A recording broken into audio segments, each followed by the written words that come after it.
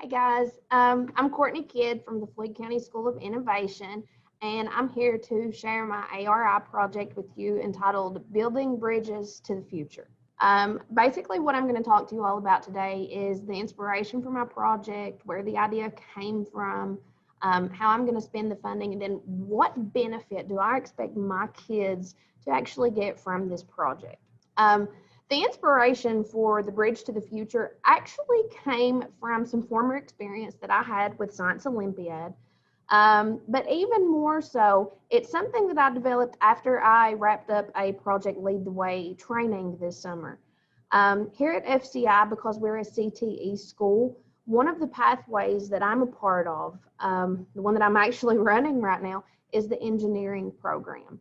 And one of the things that I've been adamant about doing is I want to be able to present my students with real life challenges that they can actually work to remediate and to solve. So with this project, what you kind of see on the screen right now are two different models of bridges that have been designed by students from other places. But it's showing one from balsa wood, which is a traditional build, and then the one on the right is showing you a 3D printed bridge. The reason I am showing you both is kind of the intention behind my project. Oh, I'm sorry. The purpose of this is I want to help my students move into the modern age of engineering. I want my students to experience like a unique blend of learning so they can see the ramifications and the effects of different types of models.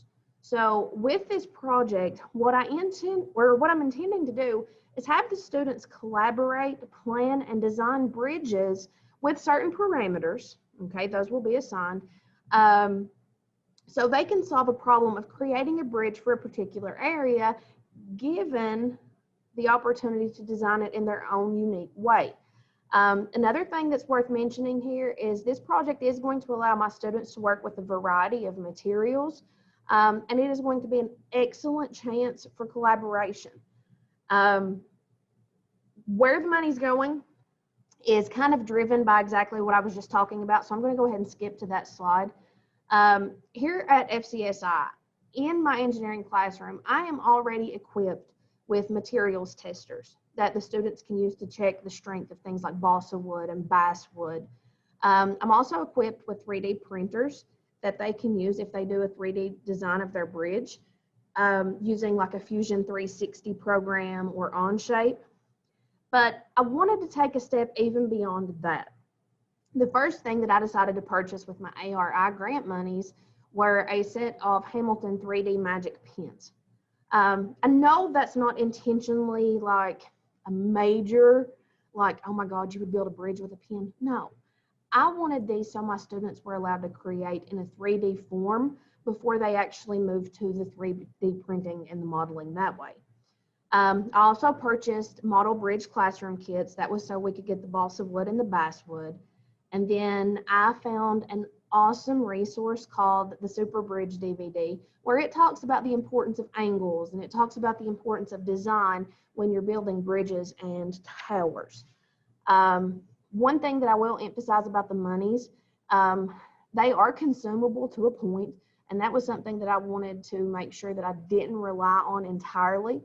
An awesome thing that I loved about this grant in particular is with replacement filament for the 3D pens, this is going to be an ongoing project that I can carry out into other classes, into other certain assignments. So again, this is something that I'm looking at long term. Plan of action is for me to introduce this to my students as a PBL, or basically like a competition. I want them to do a full design, and with their design, they are going to be working in small teams. It does put a little bit of a twist on there because we are looking at a virtual setting sometimes, we are looking at face-to-face sometimes, so I had to address that in a unique way. But basically what I have is, throughout the amount of materials that we have purchased, and the number of students in the engineering courses, I have relatively enough materials for every student to partake and be a part of this lesson. Students will have a two-part assessment, so I can judge learning on this. The first part will be on their design, and their communication presentation about how they're going to impact, how their bridge is the best. So just everything that they would do as a deliverable. And then the second part, which is I think the thrill of the project, students will actually do destructive testing with their bridges. We will hang a mast similar to the picture below. We will hang a mast from their bridges, and we will ultimately try to determine which mast holds the best load for the amount of materials. So they're actually going to look not only at efficiency of the bridges that they design, but also longevity, all right? And I think that's something that would directly relate to our area, because we hear a lot of times about, road repairs that need to be done and things like that. So the plan of action is for them to not only design, but to also build wood and 3D, and then to do destructive testing to actually be able to talk to me about what their bridge can do.